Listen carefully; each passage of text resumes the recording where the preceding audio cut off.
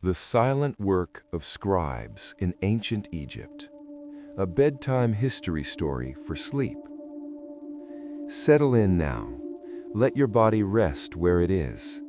There is nowhere you need to go and nothing you need to do.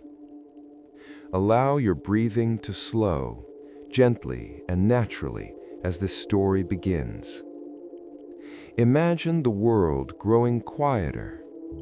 Far away in time, beneath a sky that has watched thousands of years pass without hurry, there is a land shaped by a single river.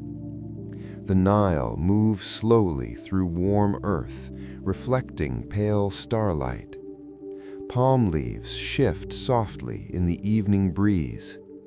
Oil lamps glow with steady patience, never rushing, never flickering too brightly.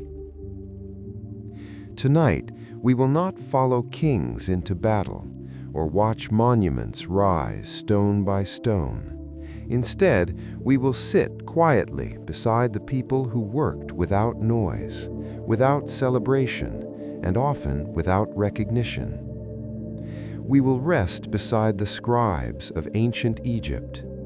They are already seated when we arrive, cross-legged on woven mats, backs slightly bent, heads lowered in concentration. They hold thin reed pens between steady fingers. Before them lies papyrus, smooth, pale, and waiting. The room is calm.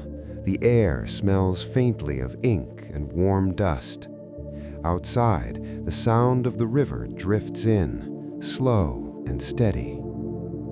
This is their world, a world built on patience, repetition, and silence. And as you listen, you may find yourself drifting gently into theirs. In ancient Egypt, the work of a scribe began long before the sun reached its highest point in the sky. The day unfolded gradually, just as the river did. There was no urgency in the way time passed. Scribes were not hurried people. They could not be. Their work required stillness. It required care. Each symbol, each line, each carefully shaped mark carried meaning that would last far longer than the moment in which it was written. A scribe would wake early, often in a modest home near a temple, administrative building, or school. The house was quiet at that hour. Family members slept or moved softly, careful not to disturb the morning calm. Outside, the streets were mostly empty. A few footsteps echoed on packed earth. A distant bird called once, then fell silent.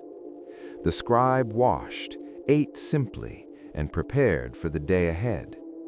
There was comfort in routine, comfort in knowing exactly what awaited. When they arrived at their workspace, the atmosphere was already familiar.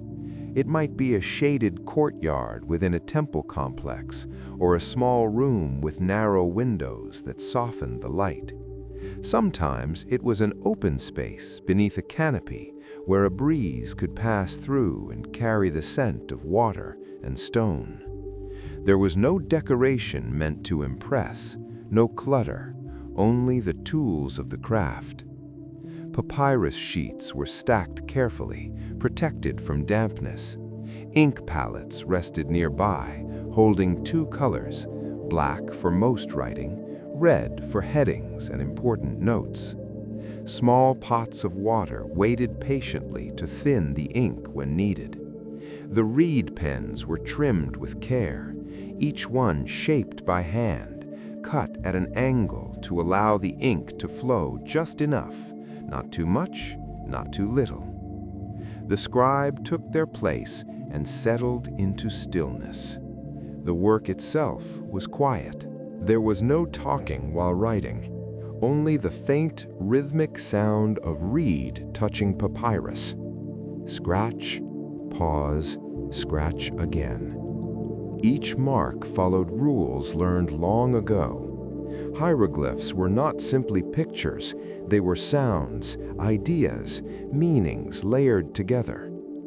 To write them correctly was to show respect for language, for tradition, for the gods themselves.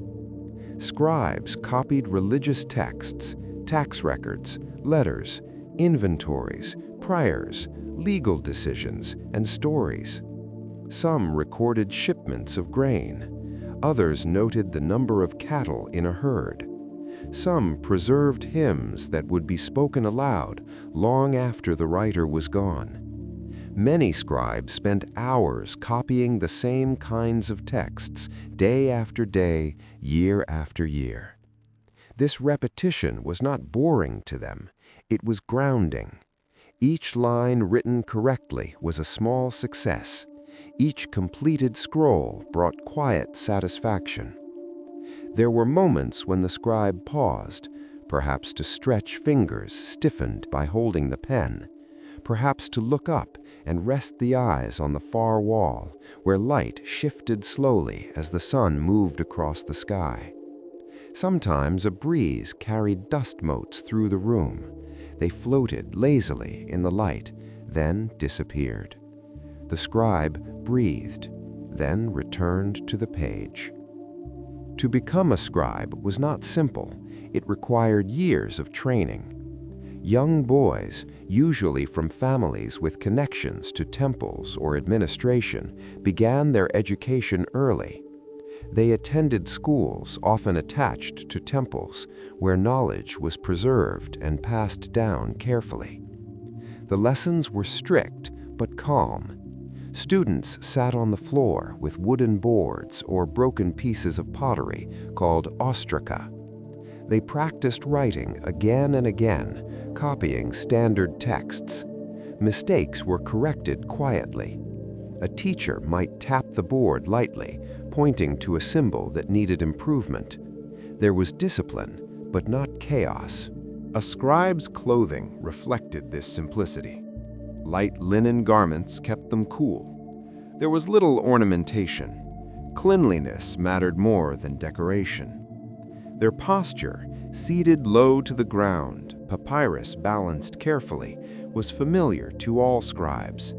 This way of sitting allowed for long hours of writing without strain. Their workspace remained organized.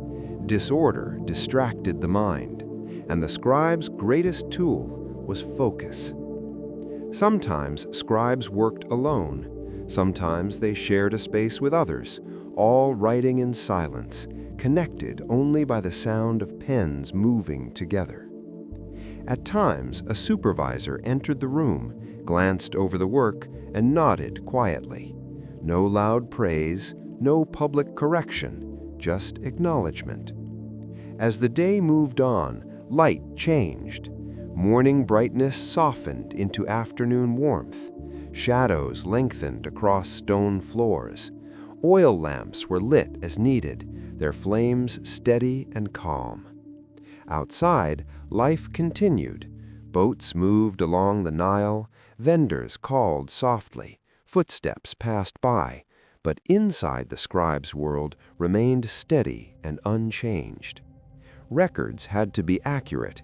Errors could cause confusion, disputes, or loss. So the scribe moved slowly, deliberately. If a mistake occurred, it was corrected with care. Nothing was rushed. This calm attention shaped the scribe's inner world. Over time, their thoughts slowed to match their movements. Their breath followed a gentle rhythm. Writing became almost meditative. In temples, scribes recorded prayers and rituals meant to last forever. Words written on papyrus were believed to carry power. To write was to preserve order, known as mot, balance, truth, harmony. This belief gave meaning to even the simplest task. Writing a list of offerings was not mundane. It was part of maintaining the world. In administrative buildings, scribes documented everyday affairs, taxes collected, supplies distributed, workers assigned. These records ensured fairness and continuity. At home, some scribes practiced their craft for personal reasons. They wrote letters to family members, they copied stories for enjoyment. They practiced calligraphy simply for the pleasure of shaping symbols. Even then, the pace never changed. As evening approached, the scribe finished the final lines of the day. The papyrus was rolled gently, tied, and stored. Pens were cleaned, ink palettes covered. There was satisfaction in completion, but no celebration, just a quiet sense of order restored.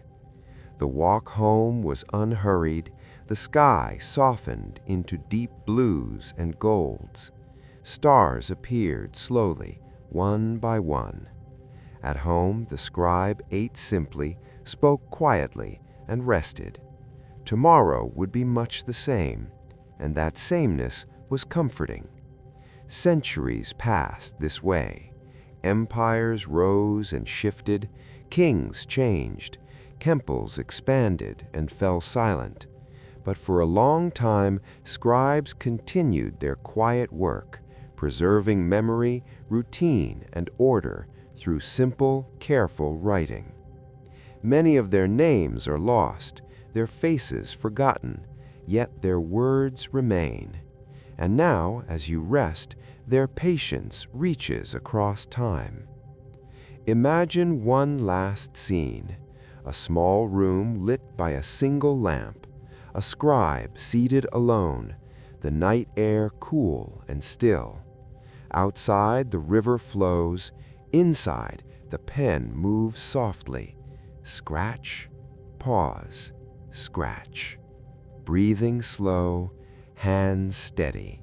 Nothing urgent, nothing loud, only the gentle work of keeping the world in order. Let that calm settle into you now. Let the quiet stretch. You do not need to stay awake any longer. Like the scribes of ancient Egypt, you may rest, knowing that everything important has already been written. Sleep softly.